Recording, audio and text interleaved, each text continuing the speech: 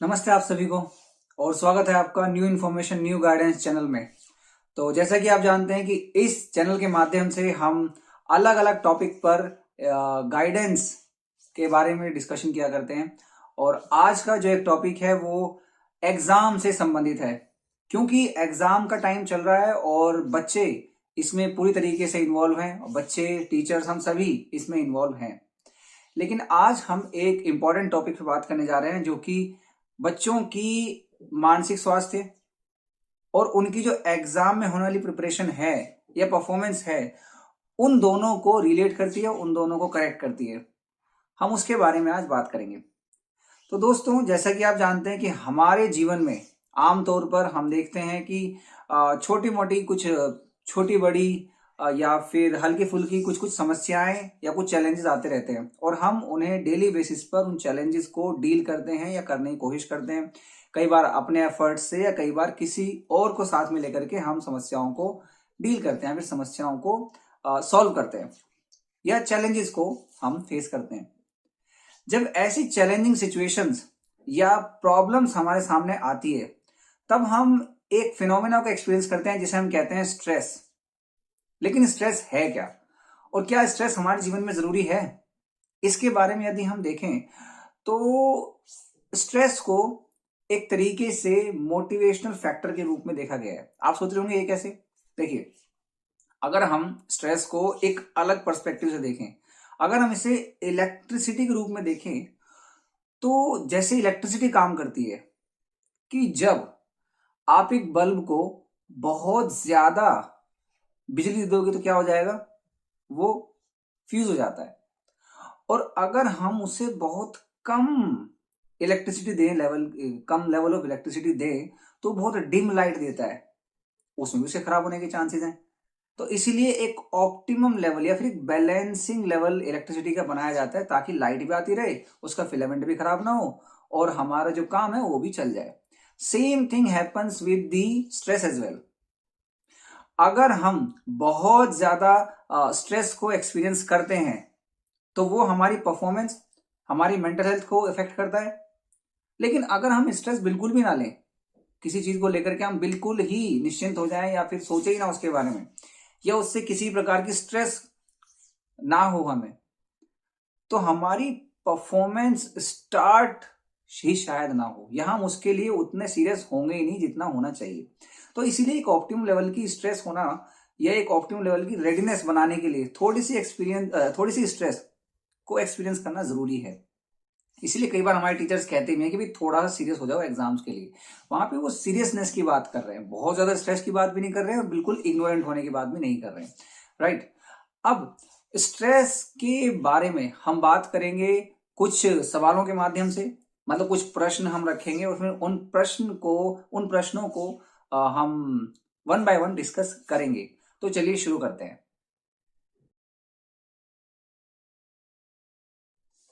तो जैसे कि हमने कहा कि हम प्रश्नों के माध्यम से इसके बारे में सोचेंगे, तो पहला प्रश्न यहां पर यह आता है कि स्ट्रेस वाली सिचुएशन जो है वो हमें कैसे अफेक्ट करती है। तो ये हमें इमोशनली, साइकोलॉजिकली, फिजियोलॉजिकली और सोशली, इन चार स्तर पर तो अफेक्ट करती ही करती है। इसमें हम और भी एरियाज देख सकते हैं, पर चार मुख्य तौर पर हम बात करेंगे। तो अगर हम देखें इमोशनली, अगर हम बहुत ज्यादा एक बहुत ज्यादा लेवल पर अगर हम स्ट्रेस को एक्सपीरियंस करेंगे, तो कहीं ना कहीं हमारे जो इमोशंस हैं, हमारे जो नॉर्मल इमोशंस हैं, खुश रहने के या फिर अच्छा फील करने के, वो डाउन हो जाएंगे और एक सैडनेस या फिर एक घबराहट को हम एक्सपीरियंस करते हैं अगर हम इमोशंस की बात करें तो, और हमारा मूड भी लो हो सकता है। साइकोलॉजिकल लेवल पर अगर हम जाते हैं तो वो थोड़ा सा एक ब्रॉड पर्सपेक्टिव होता है, जहां पे हम कॉग्निशन यानी कि थॉट प्रोसेस को भी लेकर के आते हैं। इमोशंस के साथ साथ थॉट प्रोसेस और बिहेवियर को लेकर के भी आते हैं। यानी कि जब हम बहुत ज्यादा स्ट्रेस को एक्सपीरियंस करेंगे, तो हमारा जो मन है वो तो विचलित हो गई होगा, लेकिन साथ ही साथ हमारे जो आइडियाज हैं हो सकता है वो भी नेगेटिव हो जाए अपने लिए या एग्जाम के लिए, कि पता नहीं है क्या होगा इस एग्जाम में, क्या नहीं होगा, मैंने तो ये चैप्टर्स पढ़े ही नहीं है और इससे अगर क्वेश्चंस आ गए तो मैं पता नहीं कैसे इसको सॉल्व करूंगा।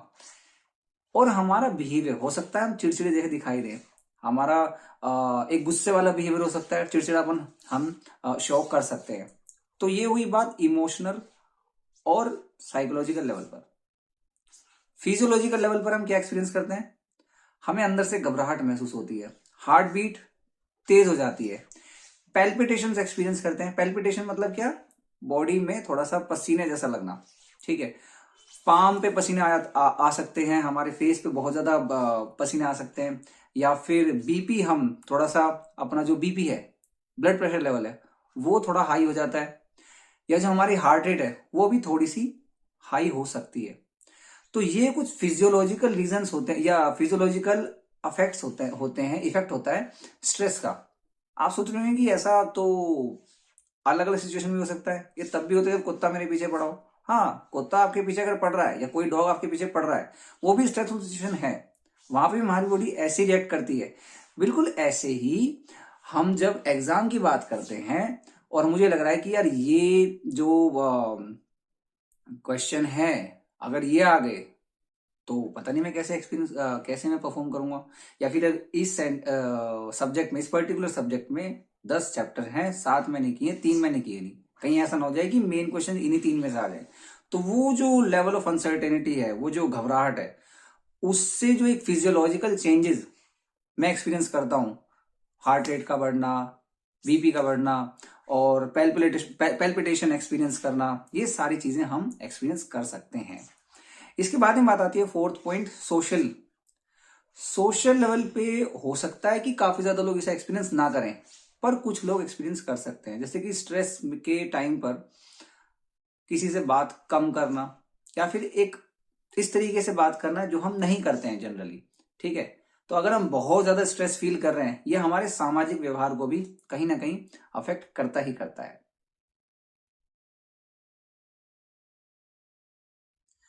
अब इसके बाद में हम बात करेंगे that when do we feel stressed, या फिर किन किन कंडीशंस में, किन किन स्थितियों में हमें स्ट्रेस महसूस होती है। एक बात मैं और आपको बता दूं कि जब हम ऐसे एलिमेंट्स या ऐसे सिचुएशंस की बात करते हैं जो हमें स्ट्रेस कॉज करते हैं, इसे हम कहते हैं स्ट्रेसर्स। तो यदि मैं बात करूं कि हम अपने स्ट्रेसर्स को आइडेंटिफाई कैसे करें, या किन समस्या किन स्थितियों में मुझे स्ट्रेस होती है, अगर हमें ये पता हो तो हम उसे मैनेज करने की एक तरीके से अपना एक माइंडसेट बना के रखते हैं।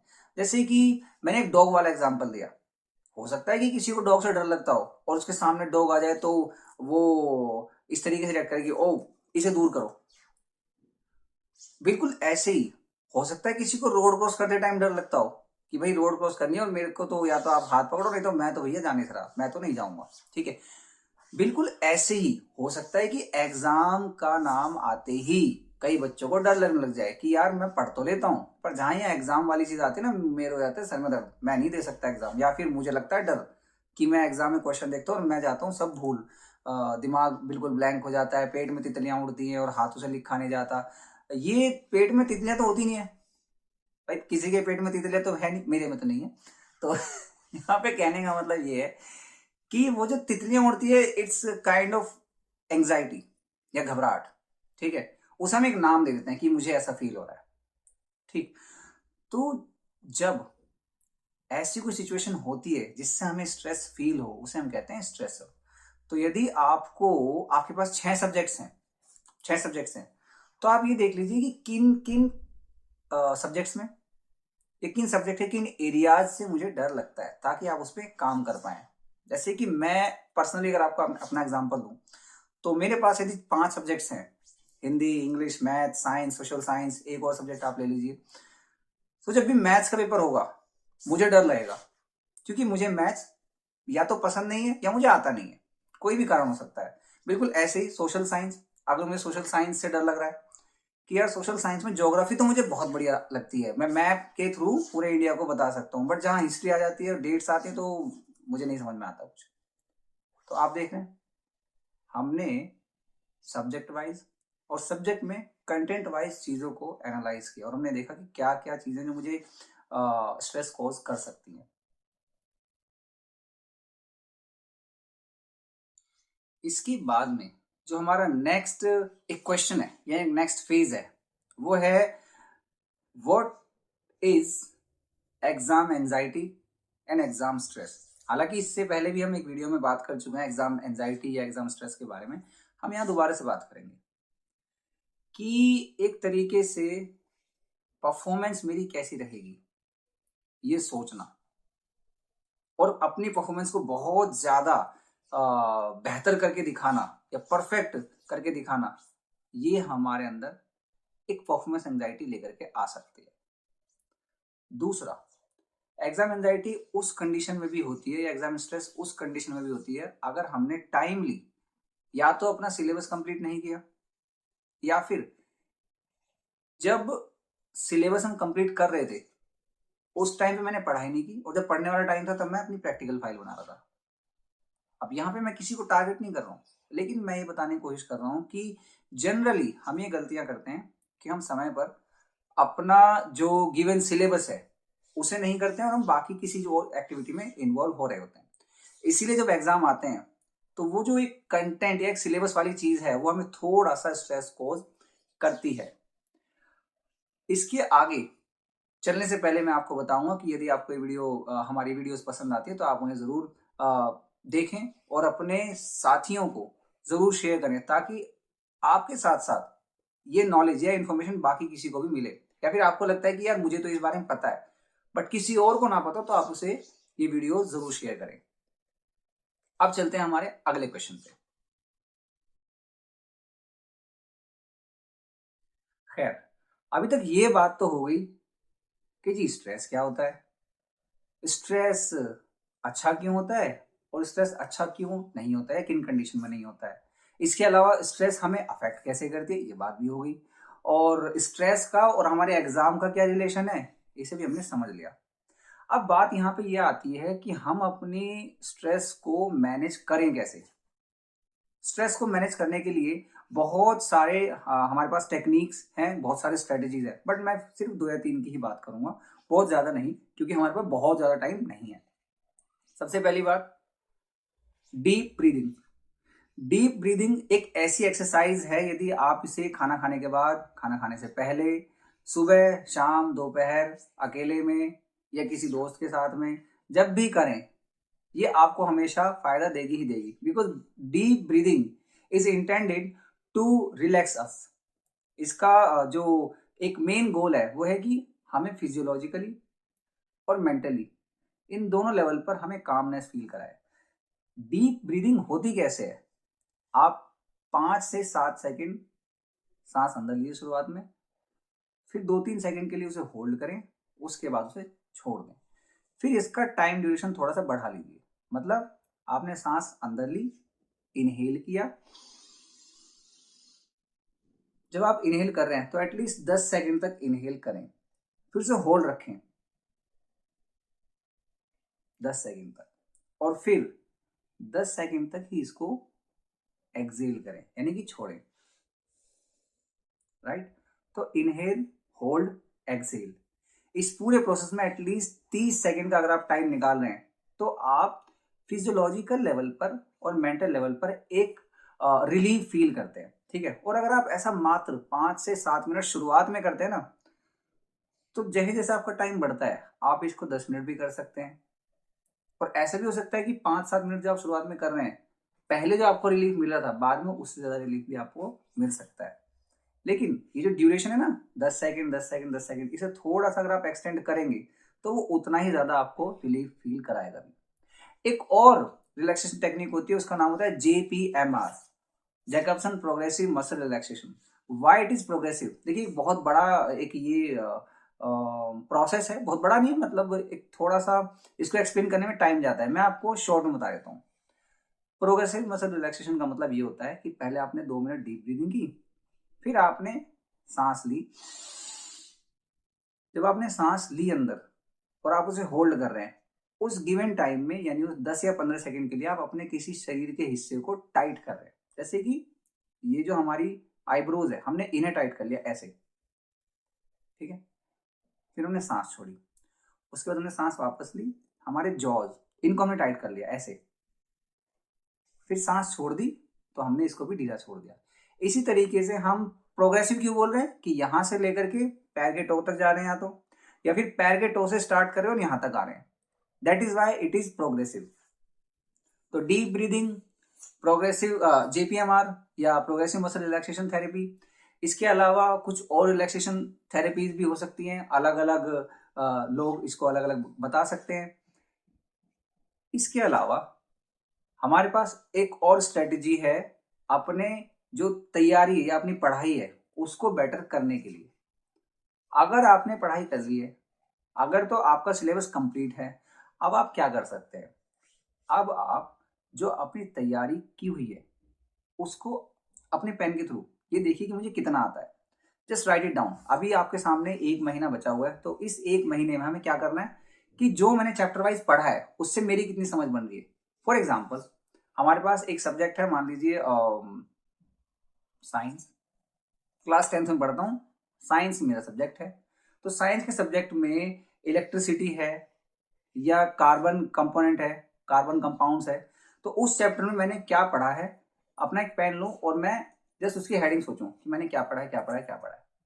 5-7 मिनट सोचिए। अगर आपको नहीं याद आ रहा है, अपनी बुक खोलिए और उसके मेन हेडिंग्स को आप लिखते जाइए। इससे होगा क्या, इससे होगा ये कि अगर पेपर में उस चैप्टर से क्वेश्चन आता है तो you will be able to identify कि ये उस एरिया से क्वेश्चन आ रहा है। फिर वहां से आपको धीरे धीरे चीजें समझ में आनी शुरू हो जाएंगी। अब ये तो हो गया सिर्फ हेडिंग का पार्ट। हेडिंग के साथ साथ अगर आपको ये भी पता है कि इस हेडिंग में क्या दिया हुआ है, उसको भी 1-2 लाइन में आप लिख लीजिए। इससे होगा ये कि आपकी जो खुद की अंडरस्टैंडिंग बनी है चीजों को लेकर के वो डेवलप होगा। फिर आपको बहुत ज्यादा चीजों को रटने की जरूरत नहीं पड़ेगी। मैं यहाँ पे ये नहीं कह रहा कि रटना गलत बात होती है, रोड लर्निंग इज गुड, हम चीजों को रट के ही सीखते हैं शुरुआत में, ऐसा नहीं है। लेकिन मैं फिर ये भी नहीं कह रहा हूँ कि पेपर में बिल्कुल रट के जाओ और उसको ही लिख के आ जाओ, नहीं, वो कई बार गड़बड़ भी हो सकती है।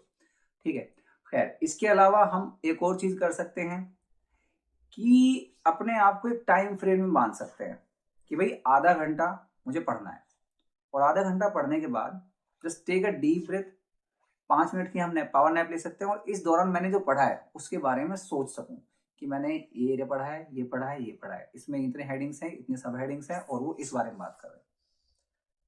तो आप सोच रहे हैं कि ये तो बड़ी मेहनत वाला काम है। देखिए बहुत मेहनत वाला काम नहीं है। If you just give your self at least 2 to 3 hours, तो आप एक दिन में, मेरी मानिए, एक दिन में आप 2 से 3 चैप्टर्स कवर कर सकते हैं। ये चीज मैथ्स पे लागू नहीं होती है, मैं पहले ही बता रहा हूँ, ये वाली चीज मैथ्स पे लागू नहीं होगी, because maths is a different kind of subject. वो एक डिफरेंट टाइप की लैंग्वेज है।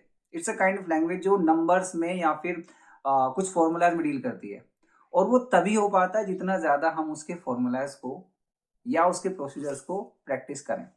तो बेटर ये है, अगर आपको मैथ्स में फॉर्मूला लगाना है तो आप उसके फॉर्मूला को याद करने की कोशिश कीजिए कि एरिया ऑफ सर्कल क्या हो सकता है, ठीक है, और एरिया ऑफ सर्कल के साथ साथ एरिया ऑफ रेक्टेंगल या ट्राइंगल क्या क्या हो सकता है, उसको आप याद कर सकते हैं इस तरीके से।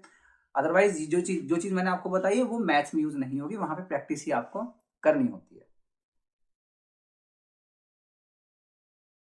खैर अभी तक ये बात तो हो चुकी है कि एग्जाम आ रहे हैं, एग्जाम से पहले हमें खुद को कैसे तैयार करना है, मेंटल स्ट्रेस से खुद को कैसे दूर रखना है, ये बात भी है। लेकिन फिर भी अगर आपको लगता है कि मुझे थोड़ा सा स्ट्रेस फील हो रहा है या मुझे किसी की हेल्प की जरूरत है, और टीचर से, मैं अपने स्कूल के टीचर से अभी कांटेक्ट नहीं कर पा रहा हूँ, तो कुछ हेल्पलाइन है, कुछ हेल्पलाइन नंबर्स हैं, आप उन्हें कांटेक्ट कर सकते हैं।